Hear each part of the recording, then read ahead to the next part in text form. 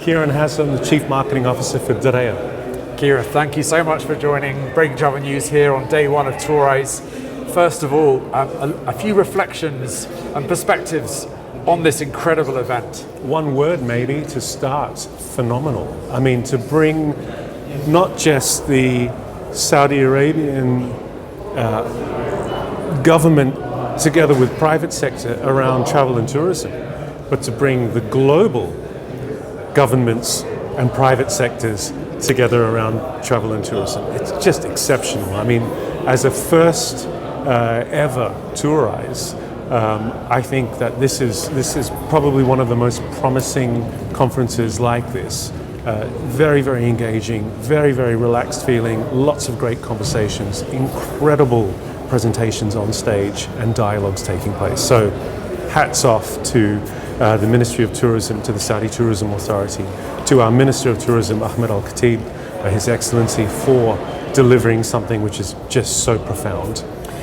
Talking about that sort of public-private sort of convening to create a catalyst, what's the need in this sector for an event like this? The need is, we need to be able to unlock greater capacity across all elements of the sector, whether that might be looking at the personnel requirements in a hotel. For example, within the Diriyah master plan, we have over 30 hotels that are coming to life. So for us, it's always on our mind, how are we going to bring this young talent into the fold? So it's everything from the immediacy of the talent, then to the sort of aspirational elements of tourism. When we're talking about who can help us to unlock higher degrees of sustainable championship around what it is that we want to do, how hotels can breathe life into new ways of appealing to new sectors and new ideas of the actual travel and trade trends and patterns that we're seeing that are emerging.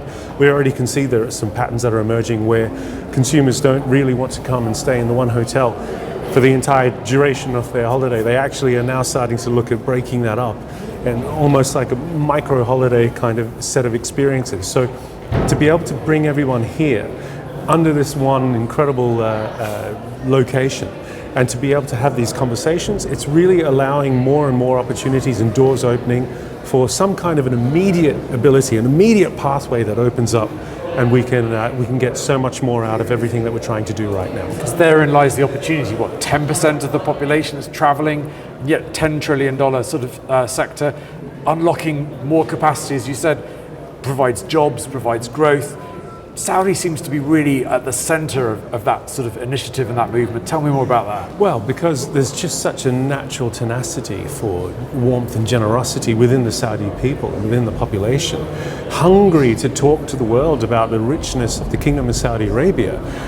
If you didn't have that, I mean, even with this incredible Vision 2030, what's really propelling it is the positivity of the general populace saying, wow, what we're seeing unfold each and every day seems to be better and better and better. And I think something like this is very, very palpable in the travel and tourism sector. It's the realization of this in the immediacy, but it allows you then to dip into your cultural identity and say, do you know what, I'm really happy that you're coming and seeing us over here.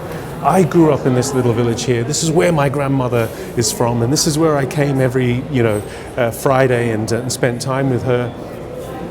These are important, rich stories. It results in authenticity, and as a consequence, in the travel and tourism sector, this is primed, absolutely primed. And so Saudi's leading that charge in many respects.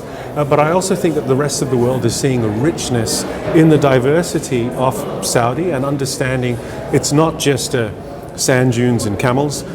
You've got snowfall in Saudi Arabia, you've got mangoes in Jazan, you've got citrus fruits in Najran, you've got an incredible environment in Diriyah, you've got an incredible coastline, which is 40% of over 40% of the Red Sea, which is Saudi coastline, where we've got our friends at Amal and the Red Sea doing incredible things. So it's this really, really wide-ranging offering that's coming to life. And so from a global perspective, I think Saudi feels very much still untapped, but just immensely rich as a consequence of that. I really feel the energy. You mentioned master plan a moment ago.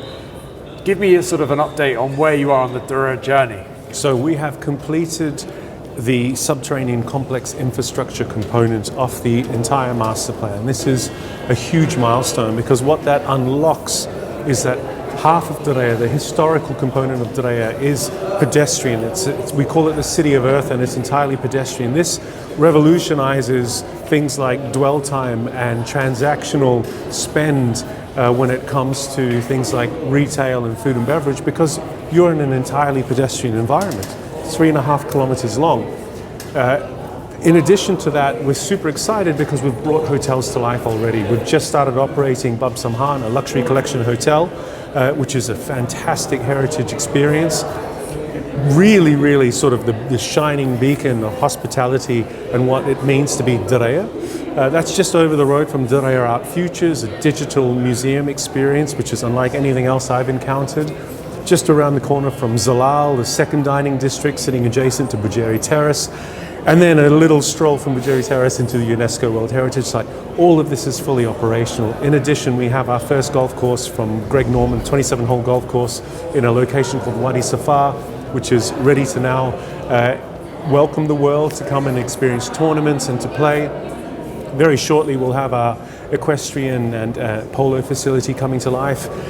Shortly after that, an Oberoi and a Capella and a Ritz-Carlton coming to life from the master plan. We've got over 30 hotels that are set to come. And so really, we're just going from strength to strength. Over 55,000 people on site building Diriyah right now. Our dedicated focus and ambition is to deliver Diriyah to the world by 2030 to be one of the most compelling experiences when the world is welcome to the kingdom to experience Expo 2030. And so everyone in Diriyah is very excited about the progress and what's coming next. Kiran, thank you so much for your time today. Thank you for that, Justin.